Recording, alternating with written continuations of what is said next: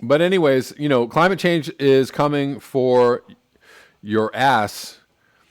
And so all of that sounds incrementally very, very slow. We're going to need change like tomorrow. So we got to think about it, think about ways in which we can pretty much alter the entire system by the end of this year. You guys up for it? Okay. Marty McCorkle, friend of the channel, tweeted this at me yesterday, and I thought I'd read a little bit about it. This is about post-coronavirus economy. I know that this isn't necessarily climate change news, but this ties into climate change for me because obviously the economy is what fuels climate change. For the most part, the entire global economy is what is destroying the planet. So we're going to have to somehow dismantle the economy as we know it. And on that level, this is rather good news on some levels. Economies won't be able to recover after shutdowns. Citizens seem to be clamoring for shutdowns to prevent the spread of COVID-19. There is one major difficulty. However, once an economy has been shut down, it is extremely difficult for the economy to recover back to the level it had reached previously. In fact, the longer the shutdown lasts, the more critical the problem is likely to be. China can shut down its economy for 2 weeks over the Chinese New Year each year without much damage, but if the outage is longer and more widespread, damaging effects are likely. A major reason why economies around the world will have difficulty restarting is because the world economy was in very poor shape before COVID-19 hit. Shutting down major parts of the economy for a time leads to even more people with low wages or without any job. It will be very difficult and time-consuming to replace the failed businesses that provided these jobs. When an outbreak of COVID-19 hit, epidemiologists recommended social distancing approaches that seemed to be helpful back in 1918 and 1919. The issue, however, is that the world economy has changed. Social distancing rules have a much more adverse impact on today's economy than an economy of 100 years ago. Governments that wanted to push back found themselves up against a wall of citizen expectations. A common belief, even among economists, was that any shutdown would be short and the recovery would be V-shaped. False information, really propaganda, published by China, tended to reinforce the expectation that shutdowns could truly be helpful. But if we look at the real situation, Chinese workers are finding themselves newly laid off as they attempt to return to work. This is leading to protests in the Hubei area. My analysis indicates that now in 2020, the world economy cannot withstand long shutdowns. One very serious problem is that the fact that the prices of many commodities, including oil, copper, and lithium, will fall far too low for producers, leading to disruption in supplies. Broken supply chains can be expected to lead to the loss of many products previously available. Ultimately, the world economy may be headed for collapse. In this post, I explain some of the reasons for my concerns. So, let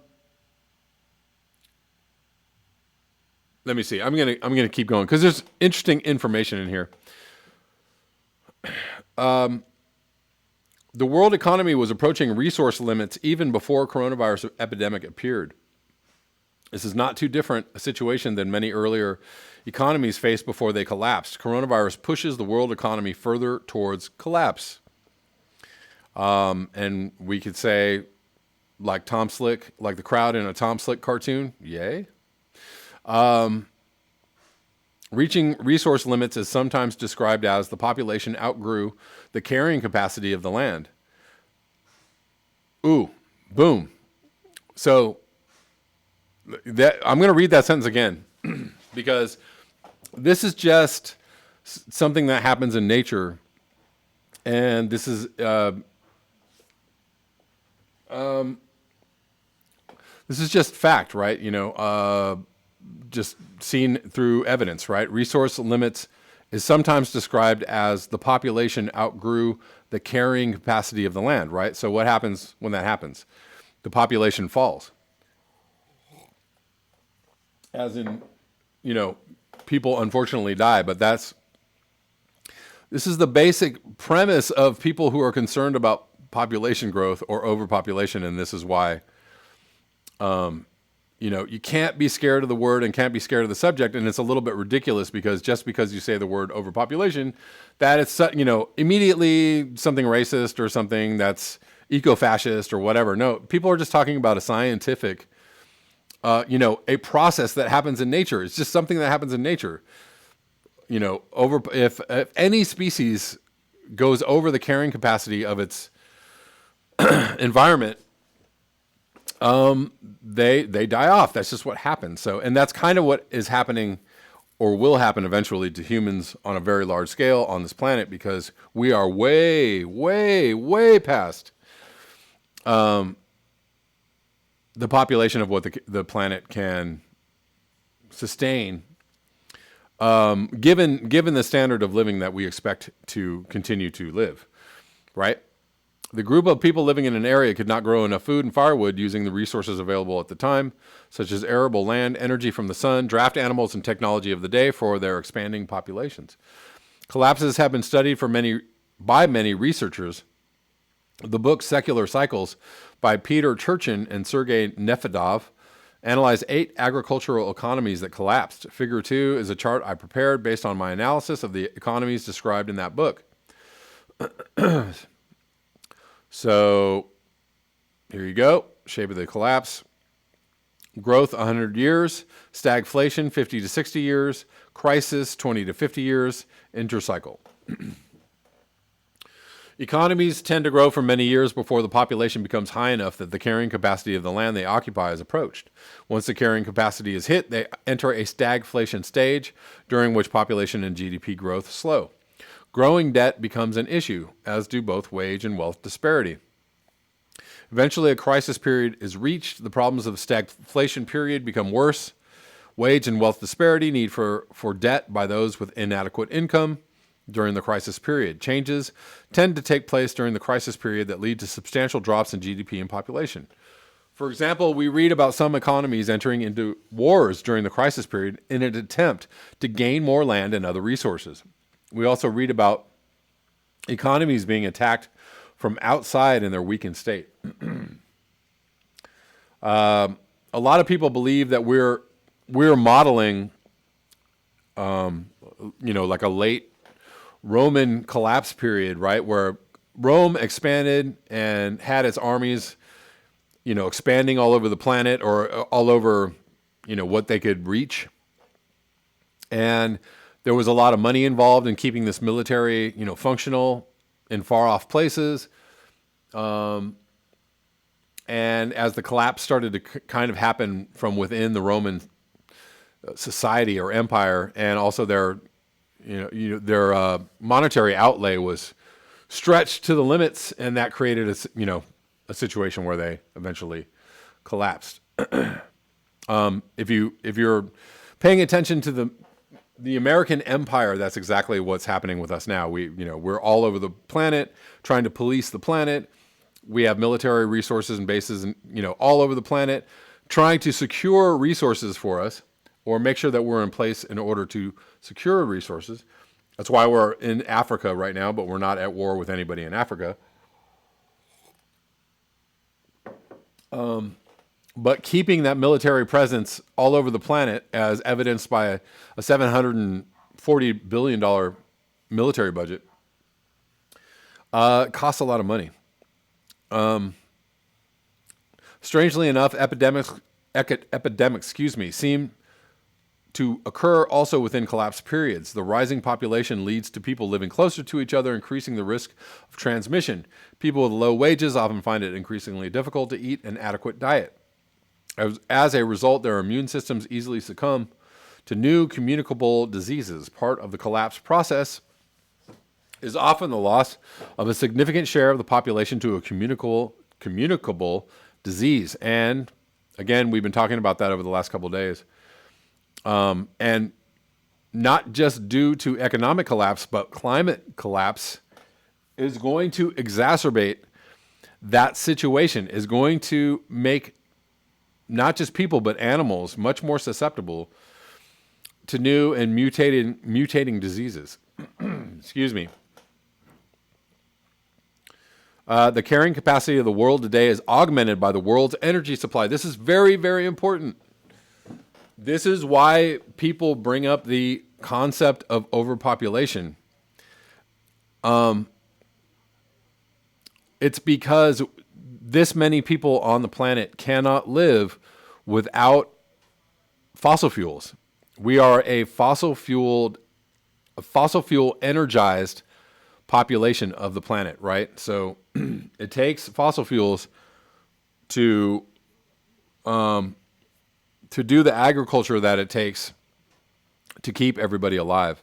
And without these fossil fuels, this would not be possible. And we're also running out of, what is it? Phosphates, I want to say. Am I right on that?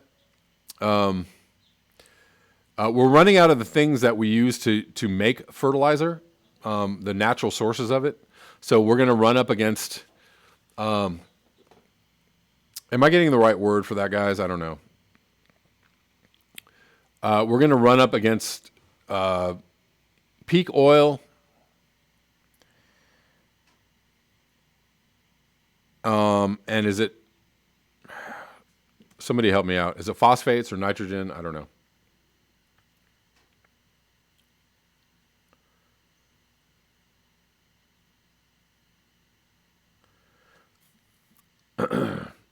Audio is exceptional today. Thank you.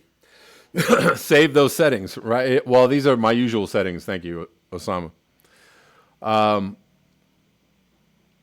Yeah, anyway, so we're running out of pretty much everything. We are up against the resources that the planet can give to us to keep 8 billion people alive. And so we are in planetary overshoot on many different levels, in many different ways. It's not just that we can't grow enough food to keep a local population alive, as with previous famines in history, right? So anyways, the carrying capacity of the world today is augmented by the world's energy supply. A major issue since 2014 is that oil prices have been too low for oil producers. The coronavirus problem is pushing oil prices even lower yet. Strangely enough, the world economy is facing a resource shortage problem, but it manifests itself as low commodity prices and excessive wage and wealth disparity. Most economists have not figured out that economies are, in physics terms, dissipative structures. These are self-organizing systems that grow at least for a time. Hurricanes powered by energy from warm water and ecosystems powered by sunlight are other examples of dissipative structures. Humans are dissipative structures as well. We are powered by the energy content of foods. Economies require energy for all the processes that we associate with generating GDP, such as refining metals and transporting goods. Electricity is a form of energy. Energy can be used to work around shortages of almost any kind of resource. For example, if fresh water is a problem, energy products can be used to build desalination plants. If lack of or ship water where you need it, or create pipelines or aqueducts, et cetera, et cetera. If lack of phosphate rocks is an issue for adequate fertilization, phosphate, right. Energy products can be used to extract these rocks from less accessible locations. I always like when my brain works correctly, but then I question whether my brain is working correctly or not. If pollution is a problem, fossil fuels can be used to build so-called renewable energy devices such as wind turbines and solar panels to try to reduce future CO2 pollution. The growth in energy consumption correlates quite well with the growth of the world economy. In fact, increases in energy consumption seem to precede growth in GDP. Suggestions that it is energy consumption growth that allows the growth of GDP. And here, this is from 1963 through to 2017. The thing that economists tend to miss is the fact that extracting enough fossil fuels or commodities of any type is a two-sided price problem. Prices must be both high enough for companies extracting the resources to make an after-tax profit, and two, low enough for consumers to afford finished goods made with these resources. Most economists believe that an inadequate supply of energy products will be marked by high prices. In fact, the situation seems to be almost upside down. In a networked economy, inadequate energy supplies seem to be marked by excessive wage and wealth disparity. The wage and wealth disparity leads to commodity prices that are too low for producers. Current WTI oil prices are about $20 per barrel. I guess they've gone up since then. Wait, when was this written? I'm sorry, I'm going to go back down. This is March 31, so yeah, back when oil prices were tanking. They've since gone up a little bit. Sorry. The low price commodity price issue is really an affordability problem that many people with low wages cannot afford goods such as cars, homes, with heating and air conditioning and vacation travel. In fact, they may even have difficulty affording food. Spending by rich people does not make up for the shortfall in spending by the poor because the rich tend to spend their wealth differently. They tend to buy services such as tax planning and expensive private college educations for the children. These services require proportionately less commodity use than goods purchased by the poor. The problem of low commodity prices becomes especially acute in countries that produce commodities for export. Producers find it difficult to pay workers adequate wages to live on. Also, governments are not able to collect enough taxes for the services workers expect, such as public transit. The combination is likely to lead to protests. Really? This is funny because very prescient. Written on March 31st. The combination is likely to lead to protests by citizens whenever the opportunity arises. Once shutdowns end, these countries are especially in danger of having their governments overthrown. Anyways, bringing up really good points here.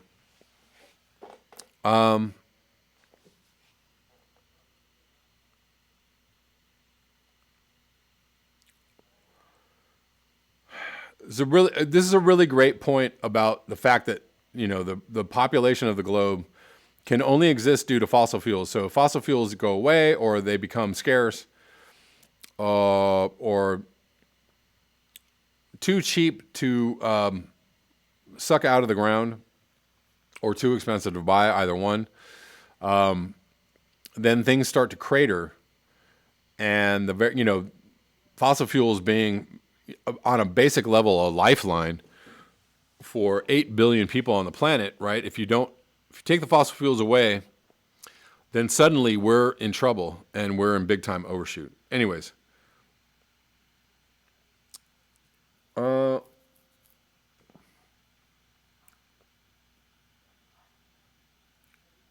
This is a really good article.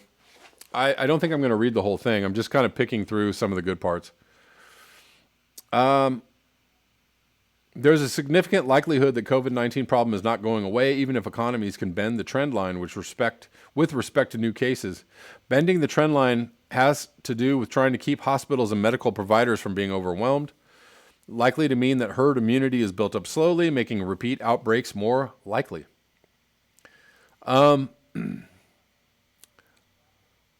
Another interesting little fact about...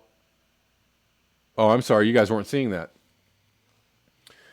An interesting fact about the new cases that are happening now is that the deaths from coronavirus are still going down, even though cases are going up. That would, on a very simple level, they're like, why is this happening? I would guess that would probably mean that more young people are getting infected. And could this possibly have something to do with protests, right? Because the elderly and people with health problems are probably not going to be out at protests, so they're all going to be at home.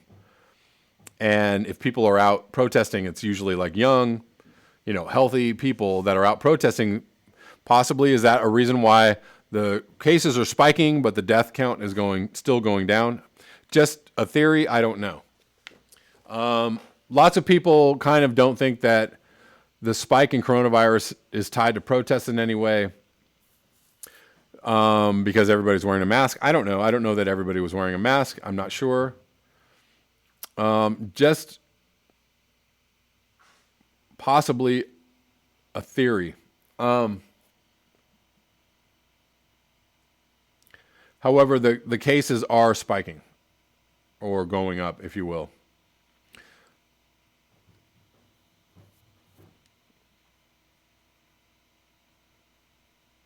Anthony Davis says the coronavirus is still just beginning, and there will be overlaps of the regulars along with it that will send the economy headfirst into the deep. Well, yes. I mean, the fact that they were banking on this whole reopening thing, kind of bringing the economy back, and then now everybody's like, oh, no, oh, yeah, we're going to shut down again. However, all the shutdowns are just happening kind of piecemeal, or re-shutdowns, or re-lockdowns, if you will. And there hasn't really been a government response to it. Like the federal government is like, oh, that's all very interesting, right? Do you see Congress or Senate convening to, maybe pump through another emergency stimulus check? No. They're just going to let people kind of dangle out in the wind and see what happens. And that is a recipe for bad stuff. Anyways, I know that some people were blaming it on bars too, or the spike in cases. Hey, you go out, you get drunk, you start kissing on people. I don't know. You start talking to people real close. Maybe that's why. Yeah, I know. Bold rope lamppost. No spike in New York yet. Lots of protests. One data point. So that would be a big old maybe not to that theory. Who knows? Who knows why all this is happening? There's a lot of reasons that we're not clear on yet. Although, people were saying that a lot of people in California were very cavalier about masks and about taking precautions. And, on some level, I can see that. In some communities in California, people were took it very seriously. In other communities, not so much. So,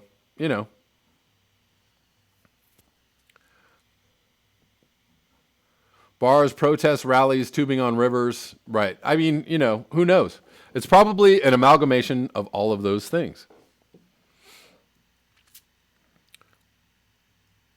Anyways, let's move on to this.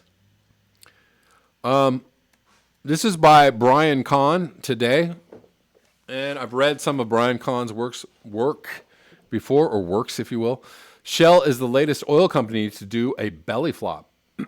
Again, in economic collapse / contraction news, which is, happy environmental news on some level, right? Or, degrowth / end of industrial civilization news. We're halfway through 2020, and I think we can all safely say it's been a pretty terrible year. There's been so much terrible stuff in the past 2 months alone. I can't even remember the bad stuff that happened in January, but I'm sure it sucked. So I'll take minor bits of good news where I can get it. And the latest is Shell writing down $22 billion on its balance sheets, making it the latest oil company to acknowledge that things are probably not going back to the way they were. The company announced it expected the dip in value to be driven by both its oil and gas sides of the business on Tuesday.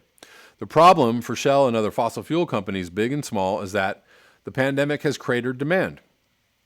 The price of oil dipped into negative territory for a hot second in April, and the fallout has continued. Shell follows in the footsteps of BP, which did the whole write-down thing in mid-June to the tune of $17.5 billion. The Shell announcement came the same week Chesapeake Energy, the company that led the fracking boom in the U.S., declared bankruptcy, and we just read about that the other day.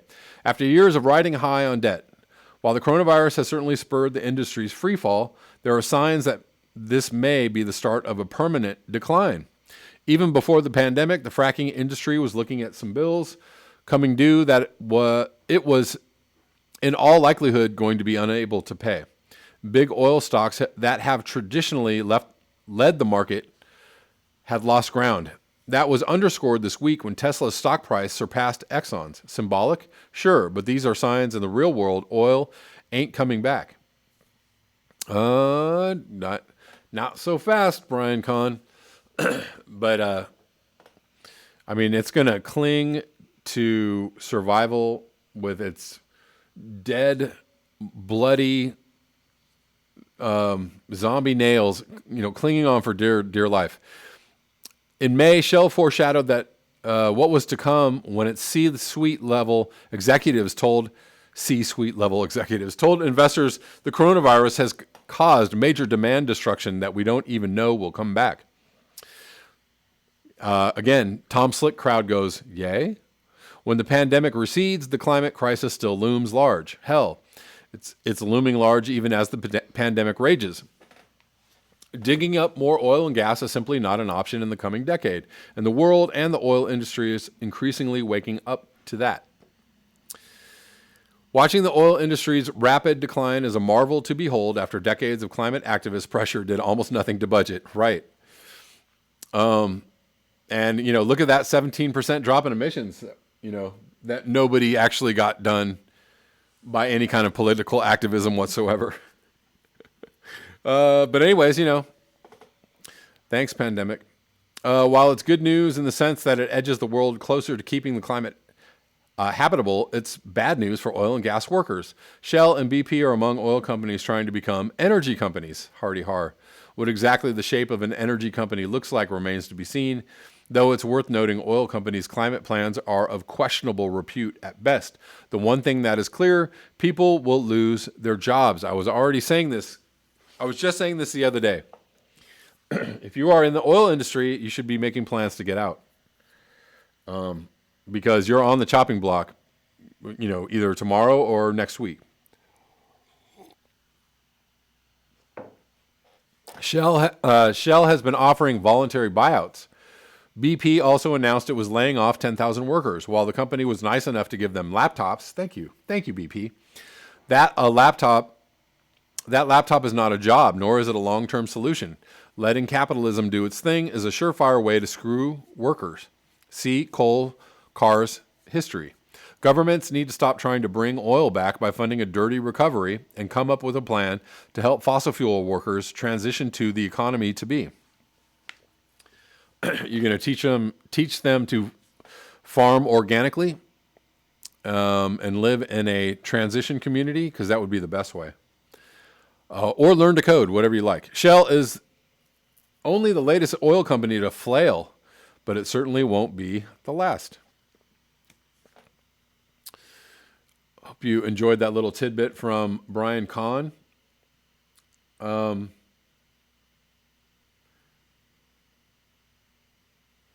I enjoy most of his writing. He has some interesting ideas, though, around climate change and or the supposed answers to it, but whatever.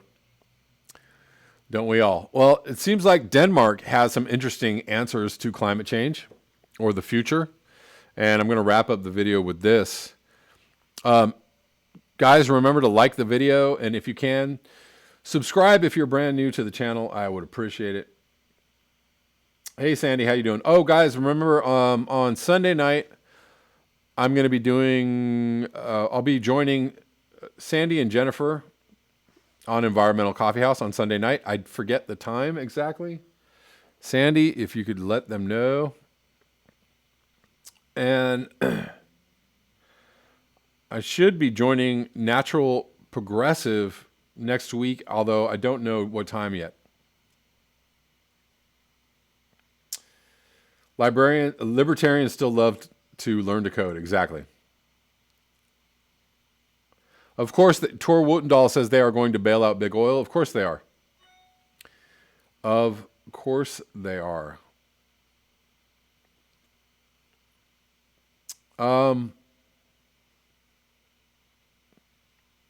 Okay, so 6 p.m. Eastern time. So 3 p.m. Pacific, or 6 p.m. Oh, no. 6 p.m. Pacific, 9 p.m. Eastern. Got it. You guys got that? Okay. So, yes, I'll be on with Sandy and Jen on Environmental Coffee House Sunday night. Okay, lastly, yeah, Denmark has interesting ideas around what they're going to do for the future. Denmark vows to create world's first energy islands, quote unquote. 2 Titanic islands will act as hubs, allowing the connection of several offshore wind farms. Okie dokie. The Danish parliament has agreed to create what it claims to be world's first energy islands. 2 offshore wind energy islands will be located in the North Sea and Baltic Sea and could help increase Europe's share of renewable energy. The energy islands will act as hubs, allowing the connection of several offshore wind farms, distributing power between the countries connected to the island. The Danish Ministry of Climate, Energy and Utilities says the country aims to quadruple its total offshore wind energy capacity by 2030, meeting the electricity demand of 77. Is that 7.7? There's something on my screen. 77 million European households. I got to clean my screen.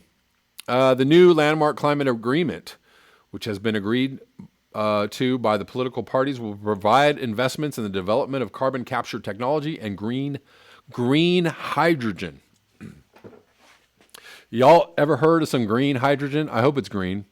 The agreement also includes measures of lowering taxes on renewables and encouraging the replacement of oil and gas heaters with heat pumps and district energy. All right. I'm down for that. Heat pumps and district energy. Indeed. Furthermore, it will fund charging stations for electric vehicles and help the industrial sector decarbonize through energy efficiency measures and the increased use of renewable electricity and biogas. It's like, what's biogas? My brain. Biogas. Minister for Climate, Energy and Utilities, Mr. Dan Jorgensen, said by creating the world's first 2 energy islands and by investing in sustainable fuels, we are making a crucial contribution to the international fight against climate change. All right. Did you guys talk about investing in permaculture? Did you guys talk about organic farming? Did you talk about low carbon communities that grow their own food and use very little energy? Did you talk about educating people on living with less energy? Any of that? Was there anything in there about that? No, there wasn't. This sounds like some green dreams right here. I hope that this agreement will show the other nations that climate action and economic recovery go hand in hand. All right. In December 2019, the Danish Parliament agreed on a climate act which obligates Denmark to reduce its greenhouse gas emissions by 70% by 2030. This means the country must reduce its emissions by 20 million tons in the next 10 years. Good luck with that, guys. Because there's a whole lot of building going on in all of your beautiful energy islands there. Sounds like a lot of carbon output.